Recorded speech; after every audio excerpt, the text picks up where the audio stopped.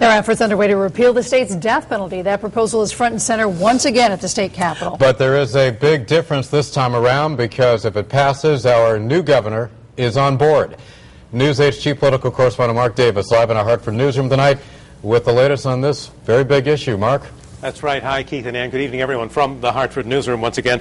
Dozens of families who have suffered the loss of a loved one here in Connecticut to murder say that the Connecticut death penalty actually has created two classes of victims, one seemingly more important than the other. If things stay on schedule, next month Dr. William Pettit and his family will again be coming back to New Haven Superior Court for jury selection in the trial of the second suspect in the Cheshire home invasion murders.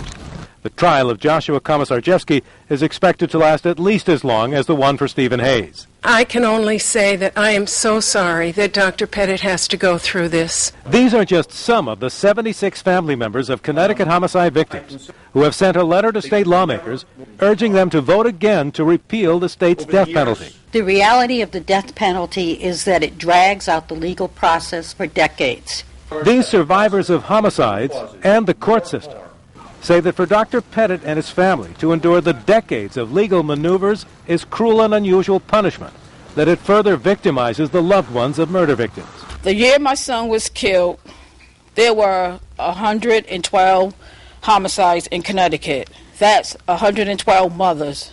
Victoria Coward and her family came here today to join the cause. Her son Tyler was killed in New Haven about a month before the Cheshire crime. She says the legal process is an emotional killer. Very emotional. The family hasn't been the same. You go through a lot. They all believe that if Connecticut had a life sentence without possibility of parole, that Dr. Pettit's legal ordeal would already be over. I am so sorry that we were not able to abolish capital punishment before those murders in Cheshire happened.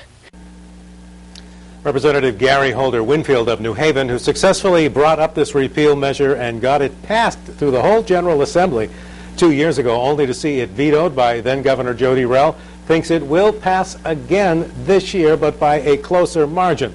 But with Daniel Malloy in office, a man who opposes the death penalty, he thinks it has a better chance. Live from the Hartford newsroom, Mark Davis, News 8.